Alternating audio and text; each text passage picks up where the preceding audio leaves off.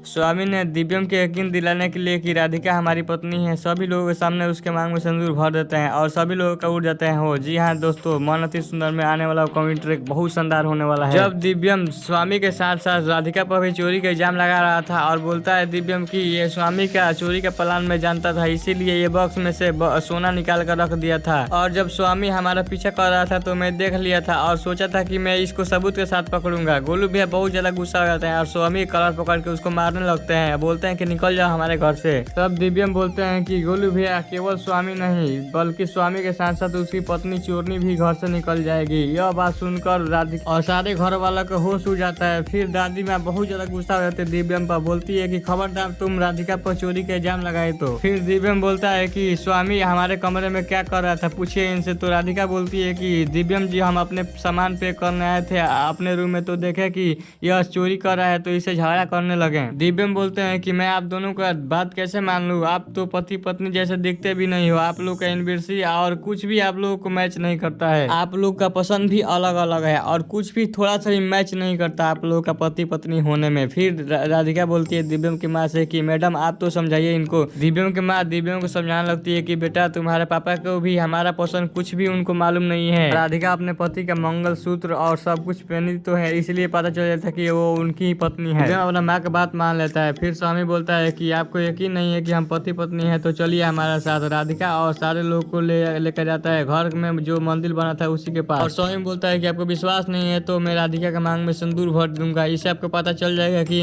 राधिका मेरी ही पत्नी है। दिव्यम बोलता है हाँ यह बात ठीक कर रहे हो। यह बात सुनकर राधिका के सारे परिवार वालों को होश उड़ जाता है कि ये स्वामी क्या बक दिया। दिव्यम की दादी बहुत ज्यादा गुस्सा हो जाती है, बोलती है दिव्यम ये कौन सा नया ड्रामा है। दिव्यम बोलता है कि दादी यह ड्रामा नहीं है, यही तो एक असली इंसानी होता है। फिर स्वामी आगे बढ़ने लगता है। राधिका सोचने लगती है कि यह मैं थोड़ा सा ही बर्दाश्त नहीं कर पाऊंगी, दिव्यम के सारे सच्चाई बता दूंगी मैं अभी। और राधिका भोलेनाथ से प्रार्थना करने लगती है कि यह भोलेनाथ इस संकट से हमको निकालिए। और जैसे ही स्वामी सिंदूर भरने ही वाला था तब तक दिव्यम का याददाश्त आने लगता है और वो सिंदूर वाला छिपा दिव्यम बहुत जोर से फेंक देता है और बोलता है कि आप सही बोल रही थी दादी, ये सब ड्रामा मुझे नहीं देखना है और इतना मुझे टाइम नहीं है आप दोनों को ड्रामा देखने के लिए। और दिव्यम राधिका और स्वामी का हाथ पकड़ लेता है, बोलता है कि दोनों जल्दी से मेरे घर से निकल जाओ। सभी घर वाले रोकते हैं पर दिव्यम किसी का बात नहीं मानते हैं। दिव्यम की माँ बहुत ज्यादा खुश हो जाती है और सोचने लगती है कि मुझे यकीन ही नहीं हो रहा है कि मेरा ही बेटा राधिका को घर से निकाल रहा है। और स्वामी सोचता है कि इस बार दिव्यम तुमको नहीं छोड़ूंगा। दिव्यम को धक्का दे देता है और राधिका जैसे ही गिरने वाली होती है तब तक दिव्यम उसको पकड़ लेते हैं और स्वामी नीचे कुछ रखा हुआ था उसे चला कर मारता है। तब तक